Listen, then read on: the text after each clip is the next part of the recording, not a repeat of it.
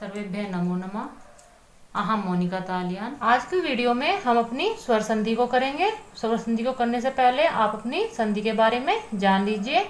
जब आपके दो वर्णों का मेल होता है आपस में और उनमें कोई परिवर्तन आता है तो वह आपकी संधि कहलाती है। संधि के 3 भेद होते हैं: स्वर संधि, व्यंजन संधि और विसर्ग संधि। आपकी स्वर संधि के भी 5 भेद होते हैं। वह है आपके दीर्घ संधि, गुण संधि, वृद्धि संधि, यण संधि और अयादि संधि। आज की वीडियो में हम आपको स्वर संधि ही समझाएंगे। आप इस वीडियो को शुरू से आखिरी तक देखिए, जिससे आप अपनी स्वर संधि को एक ही वीडियो में सीख जाएंगे। स्वर संधि में जो आपका पहला भाग है दीर्घ संधि, उसको आप देख लीजिए। सामान्य रूप से आपको स्वर संधि में केवल एक ही बात का ध्यान रखना है कि आपके जिन वर्णों का मेल होगा वह दोनों आपके स्वर ही होने चाहिए। अब आप अपनी दीर्घ संधि को समझ लीजिए। दीर्घ संधि में जो आपके वर्ण होंगे वह आपके सवर्ण होने चाहिए। जब आपके सहवर्णों का मेल होगा तो उनका दीर्घ रूप बन जाएगा। उदाहरण के लिए आप यहाँ पर देख सकते हैं कि आ का मेल होने के बाद उसका दीर्घ रूप आ बन गया है। यहाँ पर आपका आ दोनों ही आपके सवर्ण है। इनका मेल होने के बाद आपका दीर्घ रूप आ बन गया है। यहाँ पर जो आपके उदाहरण इन्होंने दिए हुए हैं आप इनको स्वयं देख लीजिए। इनमें से मैं आपका एक एक उदाहरण आपको बता रही हूँ। जैसे यहाँ पर आपका मत प्लस अनुसार आपका लिखा हुआ है। पूर्व वाले पद के अंत में आपका आ स्वर आया हुआ है और बाद वाले जो आपका पद है उसके शुरू में आपका आ स्वर आया है। तो आपके आ का मेल होने के बाद आ दीर्घ रूप आपके शब्द में बन गया है। तो आपका शब्द बनेगा मतानुसार। आप इसका भी उदाहरण देख लीजिए। भोजन प्लस आल्य, यहाँ पर आपके पूर्व पद के अंतिम वर्ण में आपका आ स्वर आया है और आपके बाद वाले पद के पूर्व में जो आपका वर्ण है वह आपका आ दीर्घ रूप वाला है। तो आपके दोनों वर्णों के मेल से आपका आ दीर्घ रूप वाला ही हो जाएगा। तो यहाँ पर आपका शब्द बनेगा भोजनालय। आपका पहले वाले पद में आ दीर्घ रूप आया है और बाद वाले पद में आपका आ उसका ह्रस्व रूप आया है। तो आपके इस नियम में होगा आ प्लस अ का आपका दीर्घ रूप बनेगा आ। विद्या प्लस अर्थी, तो आपका शब्द बनेगा विद्यार्थी। यहाँ पर जो आपकी तालिका है इसमें आपका आ प्लस आ दोनों का ही मेल होने के बाद आपका दीर्घ रूप आ हो जाएगा। यहाँ पर इस तालिका से आप अपना एक उदाहरण देख लीजिए। महा प्लस आत्मा, यहाँ पर आपके दोनों ही पदों में आ का स्वर आए हुए हैं, जिनका मेल होने के बाद आपका आ दीर्घ रूप ही हो जाएगा। तो आपका शब्द बनेगा महात्मा। दीर्घ संधि का आपका नियम है कि आपके दोनों ही वर्ण सवर्ण होने चाहिए।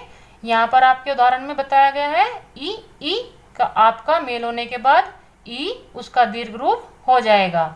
यहाँ पर आप अपना उदाहरण देख लीजिए। अभी प्लस ईस्ट, तो यहाँ पर आपके पूर्व पद के अंतिम वर्ण आपका ई और आपके बाद वाले पद का पूर्व वर्ण आपका ई है। दोनों ही वर्ण आपके सहवर्ण है। सहवर्ण का अर्थ होता है आपका कि आपके वर्ण ह्रस्व दीर्घ ह्रस्व किसी भी रूप में हो, लेकिन वह आपके एक ही वर्ण वाले होने चाहिए। यहाँ पर आपके दोनों ई का मेल होने के बाद ई जो आपका दीर्घ रूप है वह हो जाएगा। तो आपका शब्द बनेगा अभीष्ट। मैं आपकी तालिका से आपको केवल एक एक उदाहरण ही समझा रही हूँ। शेष उदाहरण आपके सामने आपकी तालिका में लिखे हुए हैं। आप अपनी वीडियो को रोककर उनको भी देख सकते हैं। इस वाली तालिका में आपका ई दोनों ही आपके सवर्ण है, तो आपका इनका दीर्घ रूप ई हो जाएगा। यहाँ पर आप अपना एक उदाहरण देख लीजिए। कपि प्लस ईस, तो आपके कपि में जो आपका पूर्व वाला पद है इसके अंत वाले वर्ण में आपका ई का ह्रस्व रूप आया है और बाद वाले पद के पूर्व में आपका ई जो आपका ई का दीर्घ रूप है वह आया है। दोनों के मेल से आपका दीर्घ ई बन जाएगा। तो आपका शब्द बनेगा कपीस। आपके शेष उदाहरण भी इसी प्रकार के उदाहरण हैं। यहाँ पर आपका ई प्लस ई आपका दोनों का मेल होने के बाद ई दीर्घ रूप हो जाएगा। यहाँ पर आप अपना एक उदाहरण देख लीजिए। सची प्लस इंद्र, तो आपके पूर्व वाले पद के अंत में ई दीर्घ रूप में आया है और आपके बाद वाले पद के पूर्व में ई ह्रस्व रूप में आया है। दोनों का मेल होने के बाद आपका ई दीर्घ रूप हो गया है। तो आपका शब्द बनेगा सचिंद्र। शेष जो आपके शब्द यहाँ पर इस तालिका में बने हुए हैं वह भी आपके इसी नियम के शब्द हैं। यहाँ पर आप देख लीजिए ई प्लस ई, आपके दोनों दीर्घ ई मिलने के बाद भी आपका दीर्घ ई रूप ही बनेगा, क्योंकि आपकी दीर्घ संधि का यही नियम है कि आपके दो सहवर्ण का दीर्घ रूप आपके संधि में हो जाता है। यहाँ पर अपना उदाहरण देख लीजिए, रजनी प्लस ईस, तो आपके ई के मेल से उसका दीर्घ रूप रजनीश, इस रूप में आपको अपना शब्द मिल जाएगा। शेष आपके उदाहरण इसी नियम के अनुसार हैं। उ को आपका सहवर्ण होने के बाद उसका दीर्घ रूप उ आपके इसमें नियम में हो रहा है। तो आपकी इस तालिका में आपके इस नियम के अनुसार ही आपके सभी शब्द बने हुए हैं। आप अपने एक उदाहरण देख लीजिए, भानु प्लस उदय। यहाँ पर आपके पूर्व पद का अंतिम जो आपका वर्ण है वह आपका उ ह्रस्व उ है और आपके बाद वाले पद का पूर्व जो आपका वर्ण है वह भी आपका उ ह्रस्व रूप ही है। दोनों उ के ह्रस्व रूप मिलने के बाद आपके उ दीर्घ रूप में हो जाएंगे। तो आपका शब्द बनेगा भानुदय। यहाँ पर जो आपका उ प्लस उ, आपके दोनों उ मिलने के बाद दीर्घ उ हो जाएगा। आप अपना उदाहरण देख लीजिए, प्रभु प्लस ऊर्मी, तो आपके शब्द में पूर्व पद के अंत में आपका उ वर्ण आया हुआ है और बाद वाले पद में उसके पूर्व वर्ण में आपका उ दीर्घ रूप में आया हुआ है। तो दोनों उ का संधि होने के बाद आपके उ का दीर्घ रूप हो जाएगा। तो आपका शब्द बनेगा प्रभूर्मी। यहाँ पर आप देखेंगे उ प्लस उ, आपके दोनों ही दीर्घ रूप के उ हैं। उन दोनों के मेल से जो आपका संधि वाला उ होगा वह भी आपका दीर्घ रूप ही होगा। उदाहरण देख लीजिए, भू प्लस ऊर्जा, दोनों ही और आपके उ दीर्घ रूप वाले वर्ण हैं। उन दोनों उ वर्ण का मेल होने के बाद आपका भूर्जा आपके दीर्घ रूप में आपको दिखाई देगा। यह उदाहरण भी आपका इसी नियम का उदाहरण है। दीर्घ संधि की पहचान आप सबसे आसानी से कर सकते हैं, क्योंकि आपके दीर्घ संधि में आपके वर्णों का दीर्घ रूप ही आपको दिखाई देगा। दीर्घ संधि को करने के बाद आप अपनी स्वर संधि के दूसरे भाग जो है आपका गुण संधि, उसको समझ लीजिए। गुण संधि में यदि आपके पूर्व वाले पद के अंत में आ या आ स्वर आया हुआ है और उसके बाद जो आपका बाद वाला पद आता है उसके पूर्व वाले भाग में ई उ आए, तो आपके दोनों ही वर्णों में परिवर्तन होने के बाद आपके ई को ए आदेश हो जाता है और आपके उ को ओ आदेश हो जाता है। गुण संधि को हम किस प्रकार बनाएंगे आप अपनी तालिका से इसी वीडियो में समझ लीजिए। जैसे इन्होंने यहाँ पर आपका दिखाया है, आ प्लस ई बराबर ए, आपके पूर्व वाले पद का अंतिम वर्ण आपका आ स्वर आया है और आपके बाद वाले पद का पूर्व वाला वर्ण आपका ई आया हुआ है। तो आपके आ और ई में आपका परिवर्तन होने के बाद ए रूप आपको मिल जाएगा। जब भी आप अपने किसी शब्द में ए की मात्रा को देखेंगे तो वहां पर आप समझ सकते हैं कि वह आपका गुण संधि का ही शब्द है। आप अपनी इन छोटी छोटी पहचान से अपनी संधियों को पहचान सकते हैं। यहाँ पर आपका राज प्लस इंद्र जो मिलने के बाद आपका शब्द बनेगा वह होगा राजेंद्र। शेष शब्द आपके इसी नियम के उदाहरण हैं। यहाँ पर आपका गुण संधि में आपका जो नियम है आ प्लस ई बराबर ए, इससे पहले जो आपने अपना नियम देखा था उसमें आ के साथ ई का ह्रस्व रूप आया था, लेकिन यहाँ पर आपका आ के साथ ई का दीर्घ रूप आया है। लेकिन आपके नियम में कोई भी अंतर नहीं होगा, दोनों के मेल से आपका ए स्वर ही बनेगा। यहाँ पर आप अपना उदाहरण देख लीजिए, गण प्लस ईस, दोनों ही शब्दों में आप देखेंगे कि पूर्व वाले पद का अंत में आ स्वर आया है और आपके बाद वाले पद में पूर्व में ई आपका दीर्घ रूप में आया है। दोनों ही स्वरों के मेल से आपका ए स्वर हो जाएगा। तो आपका शब्द बनेगा गणेश। यहाँ पर आप देखेंगे आ प्लस ई आपका इन दोनों में संधि होने के बाद ए रूप हो जाएगा। इससे पहले जो आपने अपना नियम देखा था उसमें आपके आ का हस्र रूप आया था। तो यह भी आपका उसी प्रकार का नियम है कि आपके पूर्व वाले पद में आ हस्र रूप में आए या दीर्घ रूप में, बाद वाले पद में आपका पूर्व वाला वर्ण ई हस्र रूप में आए या दीर्घ रूप में, उससे कोई भी प्रभाव नहीं होगा। दोनों के मेल से आपका ए स्वर ही बनेगा। यहाँ पर आप अपना उदाहरण देख लीजिए, यथा प्लस ईस्ट, तो आपका शब्द बनेगा यथेष्ट। यहाँ पर आप देख लीजिए आ प्लस ई दोनों ही आपके दीर्घ रूप के हैं, लेकिन इनके मेल से आपका ए स्वर ही बनेगा। यहाँ पर आपका उदाहरण है लंका प्लस ईस। यहाँ पर आपके पूर्व पद के अंत में दीर्घ आ आया है और आपके बाद वाले पद के पूर्व में दीर्घ ई आया है।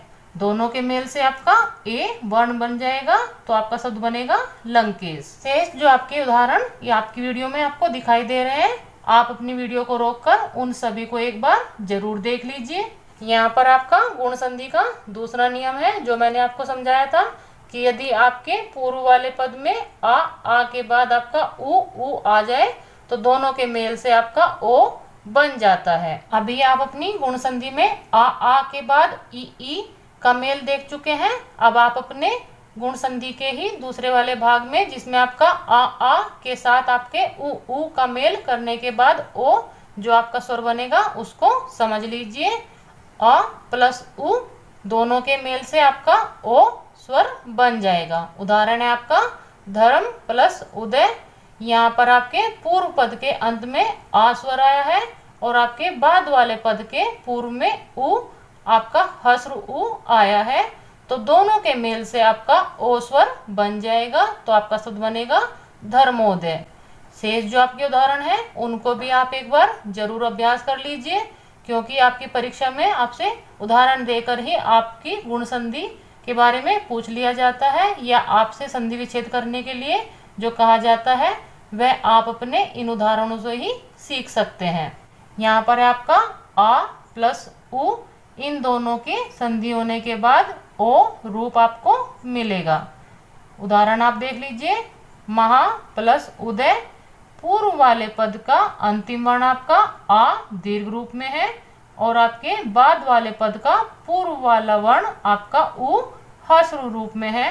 दोनों के मेल होने पर आपको ओ स्वर की प्राप्ति होगी, तो आपका शब्द बनेगा महोदय।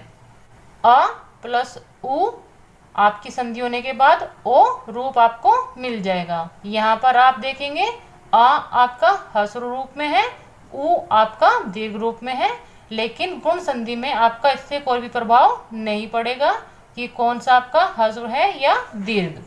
आपको केवल इतना ही ध्यान रखना है कि आपके पूर्व वाले पद के अंत में आपका आ सहवर्ण आ जाए और बाद वाले पद में आपका उ या ई कोई भी आपका सहवर्ण आ जाए, तो आपके ई के स्थान पर ए हो जाएगा, उ के स्थान पर आपका ओ हो जाएगा।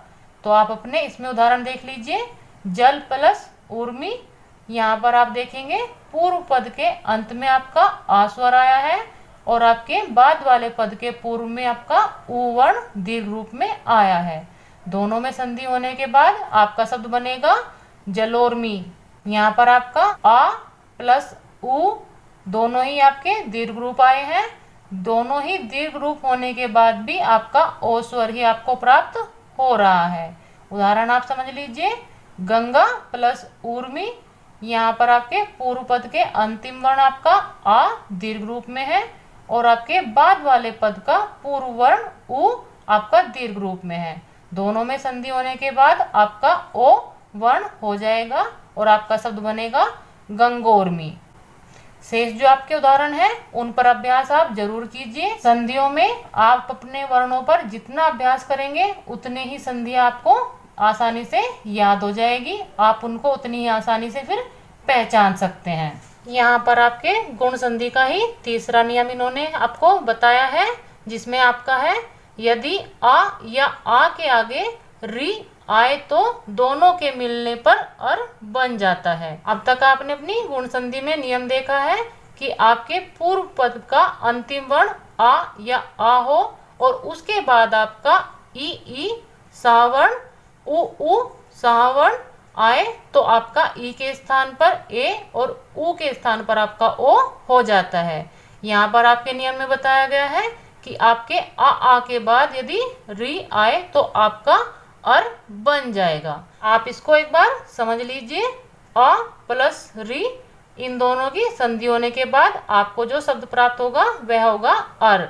यहाँ पर आप अपना उदाहरण देख लीजिए। देव प्लस ऋषि, यहाँ पर आपके पूर्व वाले पद का अंतिम वर्ण आ है और आपके बाद वाले पद का पूर्व वाला वर्ण री है। इन दोनों की संधि होने के बाद आपका जो शब्द बनेगा वह होगा देव ऋषि। आप अपने अर से अपनी गुण संधि की पहचान कर सकते हैं। जहाँ भी आपके शब्द में आपको रा आधे रूप में दिखाई देगा वहां पर आप समझ सकते हैं कि वहां पर आपकी गुण संधि हुई है। आप अपने इसी नियम का अगला उदाहरण देख लीजिए। आ प्लस री इन दोनों में संधि होने के बाद आपका अर बन जाएगा। यहाँ पर आप अपने पूर्व वाले पद में आ का दीर्घ रूप देखेंगे। इससे पहले आपने अपने पूर्व वाले पद में आ का ह्रस्व रूप देखा था। यहाँ पर आप अपने उदाहरण से समझ लीजिए। महा प्लस ऋषि, यहाँ पर आपके पूर्व वाले पद का बाद वाला वर्ण आ दीर्घ रूप वाला है और आपके बाद वाले का पूर्व वाला वर्ण आपका री आया हुआ है।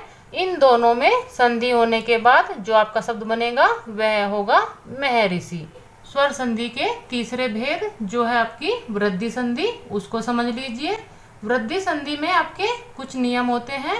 वह है आपके यदि आपके पूर्व वाले पद का अंतिम वर्ण आ या आ हो और आपके बाद वाले पद का पूर्व वाला वर्ण ए या आई हो तो दोनों मिलकर आपके आई हो जाते हैं। यहाँ पर जैसे आपके नाम से ही पता लग रहा है कि आपके वर्णों में यहाँ पर वृद्धि होगी। का वृद्धि संधि का दूसरा नियम है कि यदि आपके आ के बाद आपका ओ औ आए तो दोनों के मेल से आपका औ रूप हो जाएगा। जैसे मैंने आपको अभी समझाया है कि आपकी वृद्धि संधि में आपके वर्णों की वृद्धि होगी। यहाँ आप अपने उदाहरण से समझ लीजिए। जो आपके इसके नियम बनेंगे उनको भी आप देख लीजिए। यहाँ पर आपका अ प्लस ए बराबर आई। यहाँ पर आपके इस नियम से पूर्व वाले पद का बाद वाला वर्ण आपका आ आया हुआ है और आपके बाद वाले पद का पूर्व वाला वर्ण आपका ए आया हुआ है। दोनों में संधि होने के बाद आपका आई जो आपका ए का वृद्धि रूप है वही हो जाएगा। तो यहाँ पर आपका शब्द है एक प्लस एक। आपका इन दोनों शब्दों में संधि होने के बाद हो जाएगा एक ही एक। इस आपके उदाहरण इसी नियम के हैं। यहाँ पर आप देख लीजिए आ प्लस ए बराबर आई। यहाँ पर आपका आ का ह्रस्व रूप आया है, यहाँ पर आ का दीर्घ रूप आया हुआ है। तो आप अपनी इन बातों पर भी ध्यान रखें कि आपके पूर्व वाले पद का अंतिम वर्ण ह्रस्व आ आए या दीर्घ आ, उससे कोई भी प्रभाव नहीं होगा। इसी प्रकार आपके बाद वाले पद में आपका ए ह्रस्व आए या ए दीर्घ आए, उससे भी आपकी वृद्धि संधि में कोई भी प्रभाव नहीं होगा।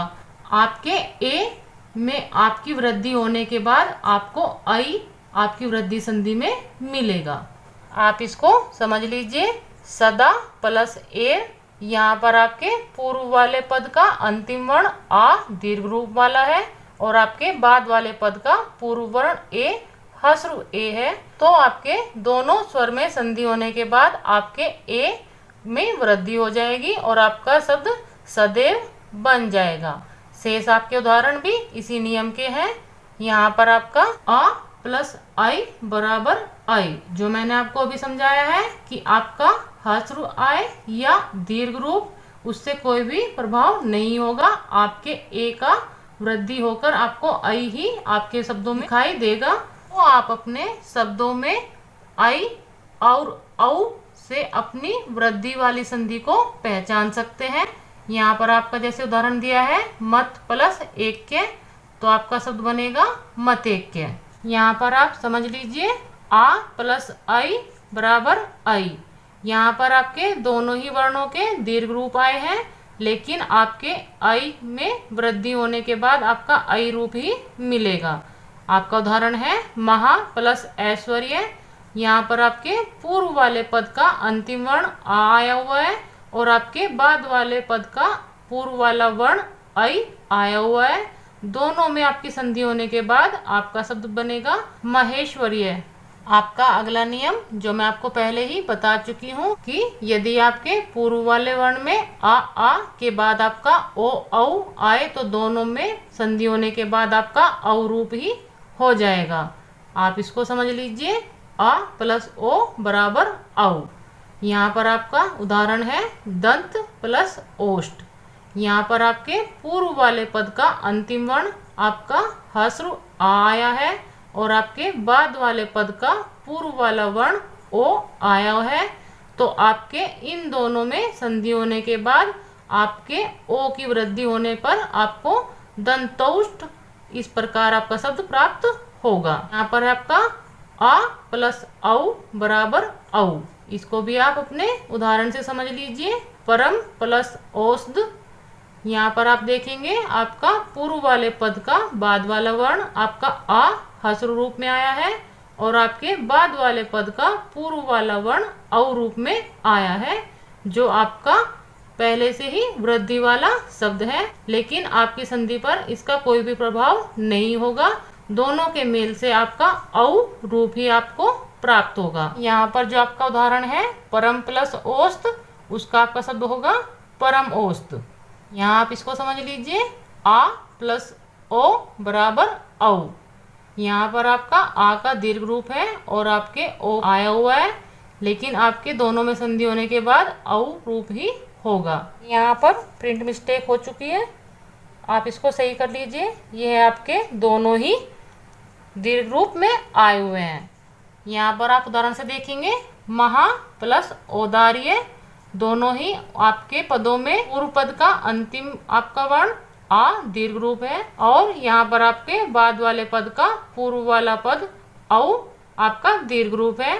तो आपके दोनों दीर्घ रूप होने के बाद भी आपके औ के स्थान पर औ ही प्राप्त होगा, क्योंकि यह आपकी वृद्धि संधि का नियम है कि आपके ए आई ओ औ में आपकी वृद्धि ही आपको करनी है। तो आपका शब्द बनेगा महा प्लस औदार्य महोदार्य। आप अपनी वीडियो को रोककर अपने सभी उदाहरणों को एक बार ध्यान से देख लीजिए। यदि आप इन पर एक बार अभ्यास कर लेते हैं तो आप अपनी वृद्धि संधि को और भी अच्छे से समझ जाएंगे। अब आप अपनी स्वर संधि के चौथे भाग को समझ लीजिए, जो है आपकी यण संधि। यण संधि में आपका नियम है कि यदि आपके ई जो आपका पूर्व वाला पद है उसका अंतिम स्वर आपका ई आया है और उसके बाद आपका इन दोनों ई से अलग कोई भी स्वर आ जाता है, तो आप अपने ई जो आपका इकारांत ई या ईकारांत आपका ई आया है उसके स्थान पर आप या कर देंगे। तो आप इसको अपने उदाहरण से और अच्छे से समझ सकते हैं। यहाँ पर आपका है ई प्लस आ बराबर या। यहाँ पर आप अपने इसी नियम से समझ लीजिए कि आपके ई के बाद आपका अन्य स्वर आया है, वह आपका है आ स्वर, तो आपके ई को यकार हो जाएगा। आपका यहाँ पर जो इन्होंने उदाहरण दिया है उसको देख लीजिए। अति प्लस अधिक। यहाँ पर आपका पूर्व वाले पद का अंतिम वर्ण ई आया हुआ है और आपके बाद वाले पद का पूर्व वाला वर्ण आपका आ स्वर आया हुआ है। दोनों स्वर के मेल से आपके ई को या आदेश हो जाएगा और जिस व्यंजन पर आपका ई स्वर का मेल हुआ था वह आपका हलंत्य हो जाएगा, क्योंकि आपके व्यंजन हमेशा आपके स्वर से ही पूर्ण होते हैं। जब आपके स्वर को यकार हो रहा है तो आपके व्यंजन को हलंत्य हो जाएगा। तो आपका शब्द बनेगा अत्यधिक। आप अपने शब्द में देखेंगे आपका त, जो यहाँ पर आपके ई का मेल होने के बाद अति शब्द बना था, आपके ई को यकार होने के बाद आपका ता हलंतिया हो गया है और आपका शब्द आपको मिला है अत्यधिक। आप इसको समझ लीजिए, ई प्लस आ बराबर या। आप अपने इस वाले नियम को और भी ध्यान से समझिए, क्योंकि आपके आ स्वर को छोड़कर जो आपके शेष स्वर होते हैं वह आपके मात्रा के साथ आएंगे और आपके ई को यकार होने पर उसके साथ अपनी मात्रा के रूप में आपको दिखाई देंगे। आप इनको उदाहरण से और अच्छे से समझ सकते हैं। अभी प्लस आगत, यहाँ पर आपका पूर्व वाले पद में ई अंतिम वर्ण है और आपके बाद वाले पद का पूर्व वाला वर्ण आपका आ स्वर आया हुआ है। आपके पूर्व वाले पद का अंतिम जो आपका ई आया हुआ है उसका आपको या आदेश हो जाएगा और आपका भा जो व्यंजन आया है वह आपका हलंतिया हो जाएगा।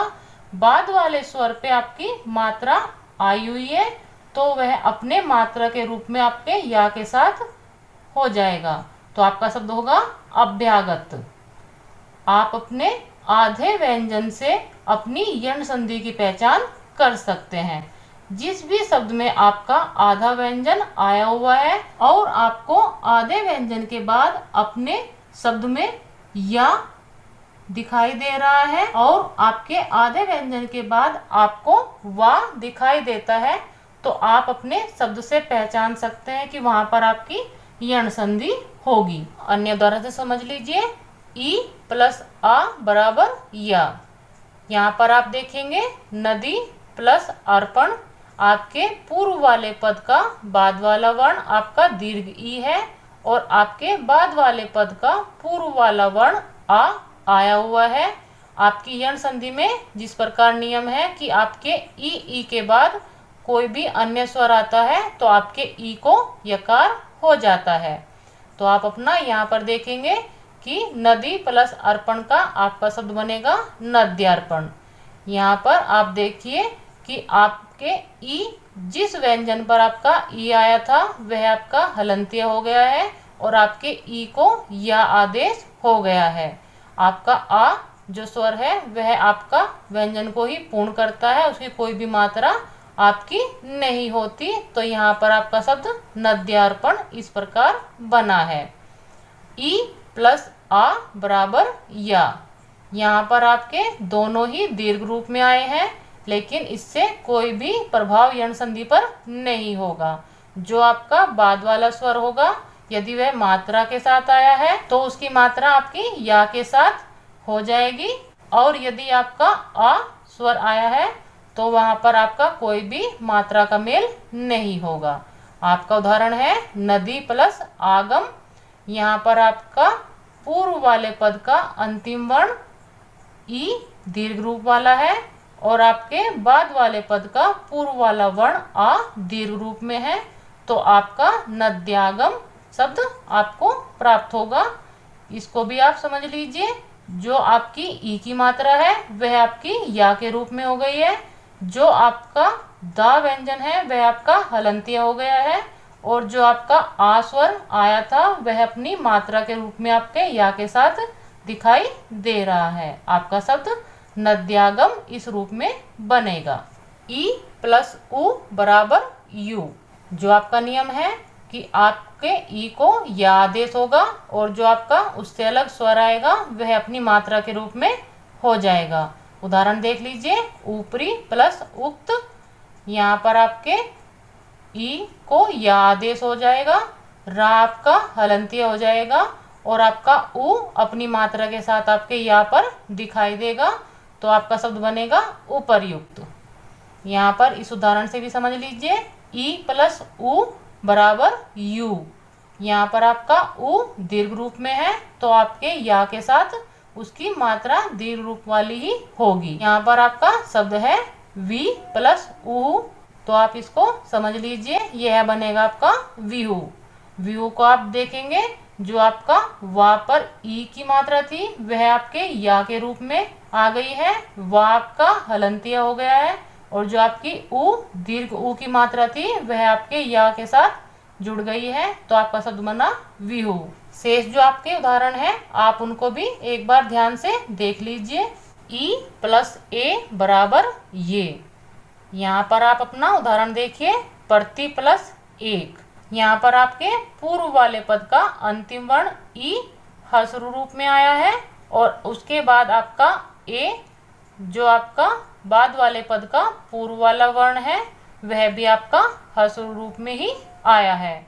तो आप अपने नियम को जानते हैं, ई का आपका यकार हो जाएगा, स्वर अपनी मात्रा के साथ या के साथ हो जाएगा और जो आपका ई जिस व्यंजन के साथ आया था वह आपका हलंत्य हो जाएगा। तो आपका प्रति प्लस एक शब्द बनेगा प्रत्येक। प्रत्येक जो आपका शब्द है यह आपका बहुत ज्यादा परीक्षा में पूछे जाने वाला शब्द है। आप अपने आधे व्यंजन के साथ या और आधे व्यंजन के साथ वा का मेल से अपनी यण संधि को पहचान सकते हैं। ई प्लस आई बराबर यही। यहाँ पर आपके दोनों ही दीर्घ रूप में है, तो आप अपने उदाहरण से देख लीजिए। देवी प्लस ऐश्वर्य, आपके ई को यकार हो जाएगा, जिस पर आपका ई की मात्रा आई थी वह व्यंजन आपका हलंत्य हो जाएगा। जो आपका आई आया है वह आपकी मात्रा के साथ या में जुड़ जाएगा। देवी प्लस ऐश्वर्या का शब्द बनेगा देव ऐश्वर्य। आपका यण संधि का ही दूसरा नियम है कि यदि आपके उ के बाद उ से भिन्न कोई भी स्वर आता है तो वह आपका व हो जाता है। आपने अब तक अपनी यण संधि में जो नियम पढ़ा है वह आपका है ई के बाद आपका ई से कोई भिन्न स्वर आता है तो आपके ई को या हो जाता है। उसी प्रकार आपका उ के बाद यदि उ से भिन्न कोई अन्य स्वर आएगा तो वहां पर आपके उ को व हो जाएगा। आप इसको उदाहरण से समझ लीजिए। उ प्लस आ बराबर वा। यहाँ पर आपका शब्द है सु प्लस अच। यहाँ पर जैसा आपका नियम आपको बताया है कि पूर्व वाले पद का अंतिम जो आपका वर्ण होगा वह आपका उ होना चाहिए और उसके बाद आपका उ से भिन्न कोई स्वर आता है तो आपके उ को व आदेश हो जाएगा। तो आपके शब्द में आपके उ के बाद जो आपका पद आया है उसका पहले वाला वर्ण आ स्वर है तो आपके उ को व आदेश हो जाएगा और जिस वाले व्यंजन पर आपका उ स्वर का मेल हुआ है वह आपका हलंत्य हो जाएगा। सु प्लस अच आपका शब्द बनेगा स्वच्छ। स्वच्छ आपका इसी प्रकार बना हुआ शब्द है। आपके उ को व आदेश हो गया है और जो आपका सा व्यंजन था वह आपका हलंत्य हो गया है। आपके अ स्वर का कोई भी मात्रा नहीं होती, वह केवल आपके व्यंजन को ही पूर्ण करता है। तो आपके स्वच्छ में कोई भी मात्रा नहीं है। शेष उदाहरण आपके इसी नियम के उदाहरण है। यहाँ इनको भी समझ लीजिए। उ प्लस आ बराबर वा। यहाँ पर जो आपका उदाहरण के रूप में इन्होंने शब्द दिया है सु प्लस आगत, उसी से आप अपने इस नियम को समझ लीजिए। आपके पूर्व वाले पद में अंतिम जो आपका वर्ण है वह आपका उ ह्रस्व रूप में आया है और आपके बाद वाले पद का पूर्व वाला वर्ण आ दीर्घ रूप में आया है। तो आप अपने नियम से जानते ही हैं कि आपके उ को व आदेश हो जाएगा और जो आपका उ जिस व्यंजन के साथ आया है वह आपका हलंत्य यानी कि आधे रूप में आपको दिखाई देगा और जो आपका स्वर बाद में मात्रा वाला आया है तो उसकी मात्रा आपकी वा के साथ आ जाएगी। तो आपका शब्द सु प्लस आगत से स्वागत इस रूप में बनेगा। यहाँ पर आप देखेंगे उ प्लस ई बराबर वी। अनु प्लस इति जो आपका शब्द अन्विति बनता है वह इसी प्रकार बनता है। आपके अनु शब्द में बाद वाला वर्ण उ आया है और आपके बाद वाले पद का पूर्व वाला वर्ण उ से भिन्न यानी कि ई आया है तो आपके उ को व आदेश हो जाएगा और आपके ई स्वर की मात्रा आपके वा पर आ जाएगी। जो आपका व्यंजन है वह आपका आधे रूप में आपको दिखाई देगा तो आपका शब्द बनेगा अन्विति। यहाँ पर आप देखिए उ प्लस ए बराबर वे। अनु प्लस एष्ण जो आपका शब्द है वह आपका अन्वेषण बन जाएगा। उ को आपका व आदेश हो जाएगा जो आपका स्वर आया है मात्रा वाला वह अपनी मात्रा के साथ आपके वहां पर दिखाई देगा, और जो व्यंजन आपका ऊ के साथ आया था वह आपके हलंतीय रूप में या आधे रूप में आपको आपके शब्द में दिखाई देगा। जिस प्रकार आपने अपनी गुण संधि में देखा था कि आपके आ स्वर के बाद री यदि आता है तो वहां पर आपका अर हो गया था, लेकिन आपकी यण संधि में आपके पूर्व वाले वर्ण का अंतिम वर्ण री होगा और उसके बाद आपका कोई भी स्वर आता है तो आपके री के स्थान पर रा हो जाएगा। आप अपने उदाहरण से इसको और अच्छे से समझ सकते हैं। जैसे आपका शब्द है पितरी प्लस अनुमति, तो यहाँ पर आप देखेंगे आपके पूर्व वाले पद का अंतिम वर्ण री आया हुआ है और आपके बाद वाले पद का पूर्व वाला वर्ण आ स्वर आया हुआ है जो आपके री से भिन्न है, तो आपके री को रा आदेश हो जाएगा और जिस व्यंजन पर आपका री का मेल था वह आपका हलंतीय हो जाएगा। यहाँ पर आपका जो शब्द बनेगा पितृ अनुमति वह आपके इसी नियम से बनेगा। यहाँ पर आप अपने अगले उदाहरण से देख लीजिए, री प्लस आ बराबर रा। यहाँ पर आपका शब्द है मातृ प्लस आज्ञा। यहाँ पर आपके पूर्व वाले पद का अंतिम वर्ण री आया हुआ है और आपके बाद वाले पद का पूर्व वर्ण आ आया हुआ है। आपके बाद वाले वर्ण की जो मात्रा होगी वह आपके रा के साथ हो जाएगी और जो आपका व्यंजन होगा वह आपका हलंतीय हो जाएगा। मातृ प्लस आज्ञा, तो आपका शब्द बनेगा मात्राज्ञा। री प्लस ई बराबर री। यहाँ पर आप इसको देख लीजिए, मातृ प्लस इच्छा, जो आपका पूर्व वाला पद है उसका बाद वाला वर्ण आपका री आया है और आपके बाद वाले पद का पूर्व वाला वर्ण ई आया हुआ है, तो आपका ई स्वर अपनी मात्रा का रूप आपके रा के साथ ले लेगा, तो आपका शब्द बनेगा मातृइच्छा। आप अपने शब्दों को हलंतीय व्यंजन से और उसके बाद आपका वा रा आदि जो आपके शब्द हैं इनसे पहचान सकते हैं। इनकी पहचान करके आप अपनी यण संधि को बहुत ही आसानी से कर सकते हैं। आप अपनी स्वर संधि के अंतिम भेद जो है आपका अयादि संधि उसको भी समझ लीजिए। यहाँ पर आपका अयादि संधि का नियम है कि यदि आपके पूर्व वाले पद का अंतिम वर्ण ए आई ओ औ आए और आपके दूसरे वाले पद का पूर्व वाला वर्ण उनसे भिन्न आए, तो आपके ए के स्थान पर आए, आई के स्थान पर आए, ओ के स्थान पर औ और आपका औ के स्थान पर आओ बन जाएगा। आप इनको अपने उदाहरण से और अच्छे से समझ सकते हैं।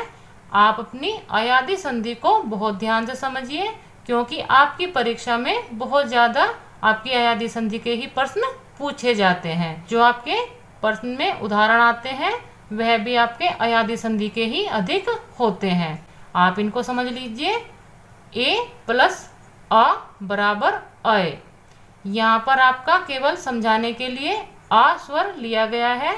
आप इसको इससे भिन्न भी समझ लीजिए कि यदि आपके ए के बाद कोई भी अन्य स्वर ए से भिन्न आपका कोई भी अन्य स्वर आता है तो आपका अय ही होगा। यहाँ पर आपका उदाहरण है ने प्लस अन।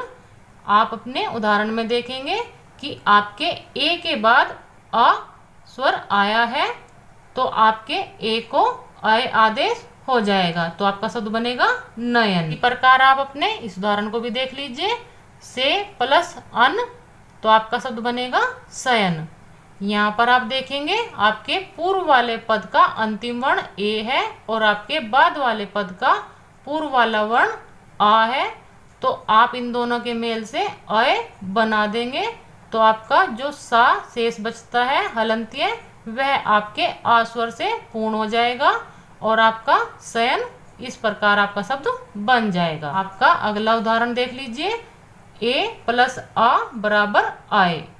जिस प्रकार यहाँ पर आपको बताया है कि आपके ए से भिन्न कोई भी स्वर आएगा तो आपका ए का आय आदेश होगा, इसी प्रकार आपके इस वाले नियम में ऐ से भिन्न यदि आपका कोई भी स्वर आता है तो आपके ऐ को आय आदेश हो जाएगा। यहाँ पर उदाहरण है आपका गई प्लस अक, तो आपके गई में जो ऐ आया है वह आपका आय आदेश हो जाएगा, क्योंकि उसके बाद आपका आ स्वर आया है। यदि आपका आ स्वर से भिन्न भी कोई अन्य स्वर होता तो भी आपका ऐ को आय आदेश ही होगा। आपका शब्द बनेगा गायक। शेष उदाहरण आप स्वयं देख सकते हैं। यहाँ पर आपका अगला नियम जो उन्होंने बताया था कि आपके ओ के बाद उससे अलग कोई भी भिन्न स्वर आता है तो आपके ओ को अव आदेश हो जाएगा। तो आप अपने उदाहरण में देखिए, भो प्लस अन, तो आपका शब्द भवन इस रूप में बनेगा, क्योंकि आपके पूर्व पद का अंतिम वर्ण ओ स्वर आया है और आपके उसके बाद जो आपका दूसरा पद है उसका पूर्व वाला वर्ण आपका अ स्वर है, जो आपके ओ से भिन्न है। तो आपके ओ को अव आदेश होने के बाद आपका भवन शब्द बनेगा। औ प्लस आ बराबर आओ। यहाँ पर आप अपना उदाहरण देखिए, पौ प्लस अन, आपके पूर्व वाले पद का अंतिम वर्ण आपका औ आया है और आपके बाद वाले पद का पूर्व वाला वर्ण आ आया है, तो आपके औ को आव आदेश हो जाएगा और आपका शब्द बनेगा पवन। इसी प्रकार आपका औ प्लस ई, इन दोनों की संधि होने के बाद आपका शब्द बनेगा अवि, क्योंकि जो आपका ई स्वर है वह अपनी मात्रा के साथ आएगा। आप अपने उदाहरण से इसको समझ लीजिए। नौ प्लस इक, यहाँ पर आपके पूर्व वाले पद का अंतिम वर्ण औ आया है और आपके बाद वाले पद का पूर्व वाला वर्ण ई आया है। आपके औ को आव आदेश हो जाएगा और जो आपका ई स्वर आया है वह अपनी मात्रा के रूप में आपको दिखाई देगा। आपका शब्द बनेगा नाविक। यहाँ पर आप देखेंगे औ प्लस उ बराबर आओ। आप इसको उदाहरण से समझ लीजिए। भौ प्लस उक, यहाँ पर आपका जो पद है उसमें आपका अंतिम वर्ण औ आया है, उसके बाद आपका उ स्वर आया है, तो आपके औ को आव आदेश हो जाएगा और आपका उ जो स्वर है वह अपनी मात्रा के रूप में आपको दिखाई देगा। तो आपका शब्द बनेगा भावुक। आपकी अयादी संधि सभी संधियों में कुछ कठिन है, तो आप इस पर विशेष ध्यान दीजिए। इस संधियों पर भी आप अभ्यास जरूर कीजिए। पूरी वीडियो देखने के बाद आप अपने इस प्रकार के नोट्स स्वयं भी बना सकते हैं, जैसे मैंने आपके बनाए हैं। यहाँ पर आपका संधि का अर्थ, जोड़ना, संधि के भेद जो आपके 3 भेद हैं और आपके स्वर संधि के जो आपके 5 भेद हैं वह मैंने लिखे हुए हैं। और इसमें आपकी जिन संधियों के जो पहचान है, जैसे आपका दीर्घ संधि की जो पहचान है वह भी मैंने लिखी हुई है। यह आपकी गुण की और यह आपकी वृद्धि की पहचान है। यहाँ पर आपकी यण संधि की पहचान है, यहाँ पर आपकी अयादी संधि की पहचान है। आप अपने नोट्स इस प्रकार बनाकर अपनी स्वर संधि को और भी आसानी से समझ सकते हैं। आपको मेरे द्वारा समझाई गई स्वर संधि कैसी लगी, आप इसको कमेंट्स करके बता सकते हैं। मिलते हैं अगली वीडियो में। सर्वेभ्यः नमो नमः।